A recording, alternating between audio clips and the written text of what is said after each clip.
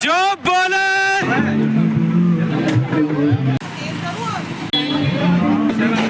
Hello guys, सस्ता banker adventure में आप सभी का स्वागत है। जैसा कि आप जानते हैं 26 दिसंबर को बाल दिवस मनाया जाता है और क्यों मनाया जाता है ये सारी जानकारी मैं आपको बताऊंगा। उस लक्ष्य में हमारी कॉलोनी में कराया जा रहा है भंडारा जल शरबत का। तो चलो आपको मैं पूरी जानकारी और इसके पीछे क्या है कहानी पूरी की पूरी डिटेल बताऊंगा, तो आप वीडियो में बने रहे। देख सकते हो मौसम एकदम प्यारा और शानदार हो रहा है और वीर बाल दिवस मनाया जा रहा है, तो क्यों ना मौसम साफ होगा और सफाई अभियान हो गई। ये हमारी जी प्यारे टाइप 2 का ऑर्डर है, तो शुरुआत हो जाती है। सारे बर्तन धो रहे हैं गौरव भैया, संजय सर, पंकज सर, केशव भैया, मान सिंह सर, सब नीचे से पानी लेके बर्तन को धोया जा रहा है और यहीं से शुरुआत हो रही है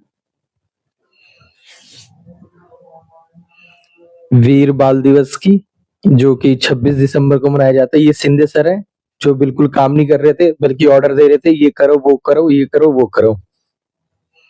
और यहाँ पे आई हो चुकी है और यहाँ पे सिंधे सर को लगा चलो मैं भी मदद कर देता हूँ, तो सिंधे सर ने अब स्टार्ट किया काम करना और यहाँ पे सब खजूर किशमिश काट रहे थे, बादाम काट रहे थे ताकि अच्छे से शुरुआत कर सके। तो चलो मैं इसके साथ साथ आपको बताता हूँ पूरी की पूरी स्टोरी और कहानी कि जो वीर बाल दिवस मनाया जाता है वो 26 दिसंबर को मनाया जाता है और गुरु गोविंद के सबसे छोटे पुत्र जोरावर सिंह और फतेह सिंह की वीरता, धर्म, अटूट आस्था, साहस और बलिदान को याद करता है। 1705 में उनकी शहादत तथा सिख इतिहास में इसके महत्व को याद दिलाता है।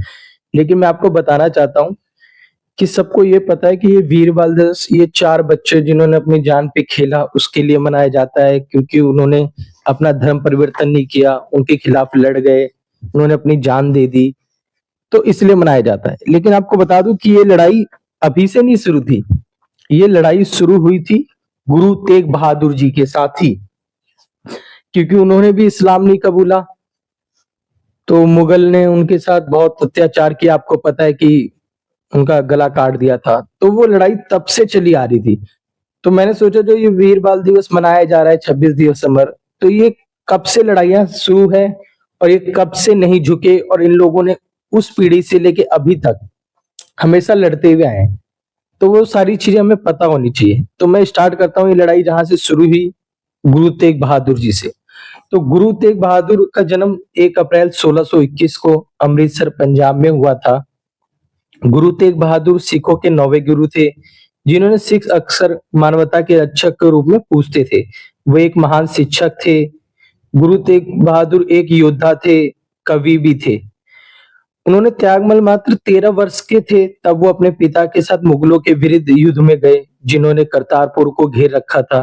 गुरु हरगोविंद और त्यागमल के प्रयासों से सिखों ने करतारपुर की सफलतापूर्वक रक्षा की। युद्ध में वीरता और सैन्य कौशल का प्रदर्शन करने के लिए गुरु हरि गोविंद ने अपने पुत्र को तेग बहादुर की उपाधि प्रदान की, जिसका अर्थ है तीर तलवारबाज। इसके बाद त्यागमल को तेग बहादुर के नाम से जाने लगा। मीन्स की जो तेग बहादुर थे उनका नाम पहले त्यागमल था, बाद में जब उनकी वीरता सबको दिखी तो उन्होंने उनका नाम तेग बहादुर रख दिया।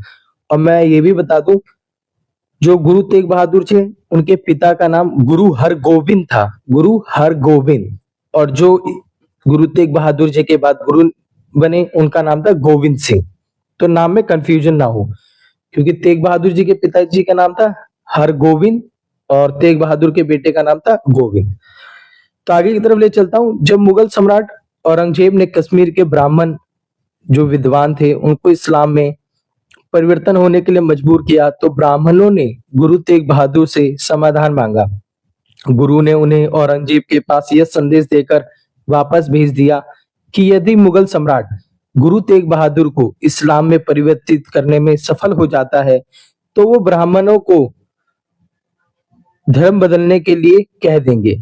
अपनी घोषणा के कुछ दिनों के बाद गुरु तेग बहादुर को उनके 2 अनुयायी भाई मतीदास और भाई दयालदास के साथ गिरफ्तार कर लिया गया। जब तीनों ने बहुत उनके जुर्म सहने के बावजूद इस्लाम में परिवर्तन होने से इनकार कर दिया, तो औरंगजेब ने उनको मृत्युदंड का आदेश दिया। मतीदास को आड़ी से काटकर मार डाला, जबकि दयालदास को उबलते पानी के एक बड़े कहाड़े में डाल दिया गया। 24 नवंबर 1675 को मुगल शासक के विरुद्ध खड़े होने के कारण गुरु तेग बहादुर का दिल्ली में सिर कलम कर दिया गया। गुरु तेग बहादुर की मृत्यु के बाद सिख पहले से अधिक दृढ़ और संकल्प हो गए। गुरु तेग बहादुर और उनकी दिवंगत अनुयायी की स्मृति में अनेक सिख मंदिर निर्माण किए गए। चांदनी चौक में गुरुद्वारा शीशगंज साहिब का निर्माण किया, जहां गुरु को मृत्युदंड दिया गया था। मृत्यु के बाद गुरु का कटा हुआ सिर उनके एक अनुयायी भाई द्वारा पंजाब ले जाया गया। उनके सिर का अंतिम संस्कार करने के बाद वहां एक और सिख मंदिर का निर्माण किया गया। गुरु का बलिदान सिख धर्म के अनुयायी को अपने विश्वास के प्रति दृढ़ रहने के संकल्प देता रहा। गुरु तेग बहादुर की मृत्यु के बाद उनके पुत्र गोविंद सिंह 10वें सिख गुरु बने। 22 दिसंबर 1666 को पटना बिहार में जन्म हुआ और गुरु गोविंद सिंह के नाम से प्रसिद्ध हुए। गुरु तेग बहादुर की मृत्यु का गुरु गोविंद सिंह पर गहरा प्रभाव पड़ा। उस समय वो 9 वर्ष के थे। गुरु गोविंद सिंह ने सिख समुदाय को इस प्रकार संगठित किया कि यह एक विशिष्ट और प्रतिकांद समुदाय बन गया। साथ ही सिखों ने वीरता, आत्मरक्षा जैसे पहलुओं पर अधिक ध्यान देना शुरू किया, जिससे खालसा का उदय हुआ। योगदान दिया उन्होंने, जैसे कि धार्मिक पगड़ी का प्रचलन स्थापित किया और 5 कक्का के साथ खालसा के सिद्धांतों की स्थापना की। केश, कंघा, कड़ा, कृपान और कचेरा मीन्स छोटी पैंट। उन्होंने तंबाकू, शराब और हलाल मांस से परहेज करने की वकालत की। उन्होंने गुरु ग्रंथ साहिब को सिखों का शाश्वत गुरु घोषित किया। गुरु गोविंद सिंह जी ने अपने परिवार के साथ मुगलों के खिलाफ कई लड़ाइयां लड़ी, लेकिन सबसे प्रसिद्ध लड़ाई चमकौर की लड़ाई पंजाब में हुई थी। 1705 में गुरु गोविंद सिंह जी और मुगल सेना के बीच हुई थी। गुरु गोविंद सिंह जी अपने परिवार और कुछ सैनिकों के साथ चमकौर के एक किले में थे जब मुगल सेना ने उन्हें घेर लिया। गुरु गोविंद सिंह जी के पास केवल 40 सिख सैनिक थे, जबकि मुगल सेना में हजारों सैनिक थे। गुरु गोविंद सिंह जी ने अपने सैनिकों को 3 समूहों में बांटा और मुगल सेना पर हमला किया। बाबा अजीत सिंह और बाबा जुझार सिंह ने बहादुरी से लड़ाई लड़ी और शहीद हुए। गुरु गोविंद सिंह ने अपने सैनिकों को किले से बाहर निकलने का फैसला किया और खुद भी लड़ाई में शामिल हुए। गुरु गोविंद सिंह के 2 सबसे छोटे पुत्र जोरावर सिंह और फतेह सिंह बंदी बना लिए गए। इस्लाम धर्म अपनाने का विकल्प दिया गया, लेकिन उन्हें अपनाने से मना करने के बावजूद इन वीर बालकों ने अपने धर्म पर अड़े रहते हुए सिख पहचान को त्यागने से इनकार कर दिया। वजीर खान के आदेश पर मुगल अधिकारियों ने उन्हें जिंदा ईंटों में चुनवा दिया। यह घटना लगभग 26 दिसंबर 1705 को घटी थी। लड़ाई में गुरु गोविंद सिंह जी के 2 बड़े बेटे शहीद हुए, लेकिन उन्होंने हार नहीं मानी और मुगल सेना को पीछे हटने पर मजबूर किया। इन युवा शहीदों का साहस उनके धर्म और राष्ट्र के प्रति उनके निष्ठा का उदाहरण है। उनकी स्मृति को सम्मान देने के लिए प्रधानमंत्री नरेंद्र मोदी ने 2022 में 26 दिसंबर को वीर बाल दिवस के रूप में घोषित किया, ताकि उनके इस बलिदान को कभी भुलाया ना जा सके। तो आप देख सकते हो, ये लड़ाई गुरु तेग बहादुर से शुरू हुई और फिर उनके बच्चे गुरु गोविंद सिंह, फिर उनके बच्चे जोरावर सिंह उसी लड़ाई पे अटे रहे, लेकिन वो लोग इनको ना हरा पाए, ना डरा पाए, ना धमका पाए।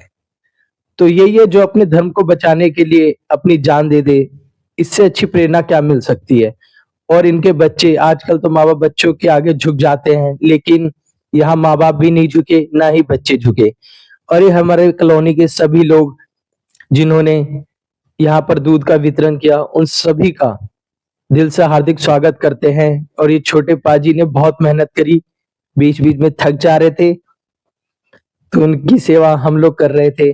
तो इसी तरह भाईचारे से हम सबको मिलके रहना चाहिए। और जो हमारी कॉलोनी है GPRA सोईनगर, जो मैं शुरू से कहता हूँ, कोई भी प्रोग्राम हो सब मिलजुल के हिस्सा देते हैं। और आप वो पाजी देख ही रहे, क्रॉस कर करके गाड़ी के पास जा जाके इन्होंने सबको दूध पिलाया।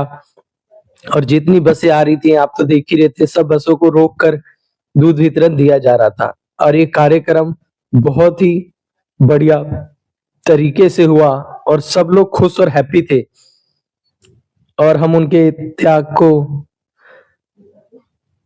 अपनाते हैं और उनके उसी योजना पर चलते हैं कि हर धर्म अपने लिए श्रेष्ठ है और हम सबको मिलजुल के रहना चाहिए, दान पुण्य करना चाहिए, सबको एक समान देखना चाहिए और यहीं से हमारी ये पूरी जल वितरण सफल होती है और हम लोग खुशी से जयकारा लगाते हैं और गुरु गोविंद सिंह की जय और उन बच्चों की भी जय। तो टाटा बाय बाय।